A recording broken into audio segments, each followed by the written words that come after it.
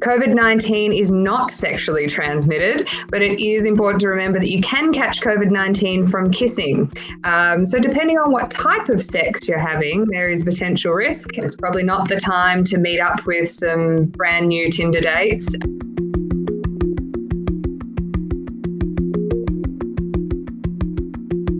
Unfortunately, there is no way to tell the difference. And so that's why it's so important that anyone with any symptoms like a usual cold or flu goes and gets a test for COVID-19.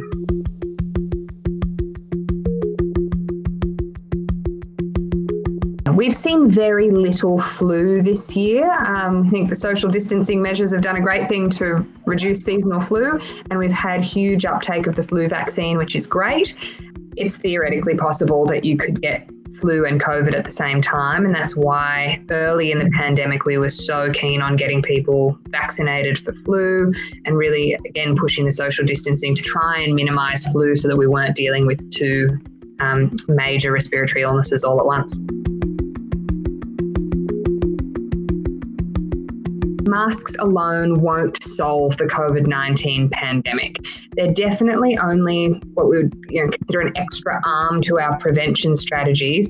Far more important are things like staying home if you're unwell. And obviously, if you're unwell and have to go get a COVID test, then definitely be wearing a mask.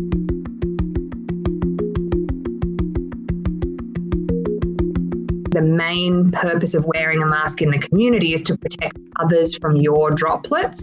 That's why things like a surgical mask, a plain normal mask, are reasonable to use in the community, or even some of the homemade cloth type masks.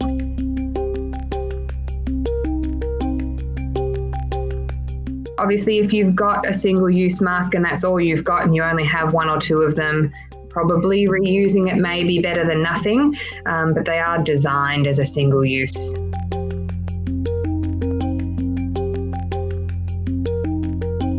It's very unlikely. The main ways that you'll catch COVID are through your nose and mouth.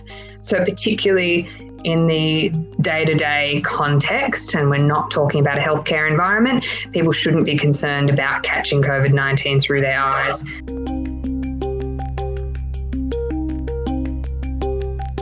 Coronavirus is spread through respiratory droplets and sometimes airborne spread, like the common cold and flu. So it's not like a gastro bug. You can't catch it from eating it. The concern that has been raised around food things is more about who else has handled the food in the supermarket, and that's where some of the advice to wash your fruit and vegetables before eating them has come from. But you can't catch COVID-19 from eating it.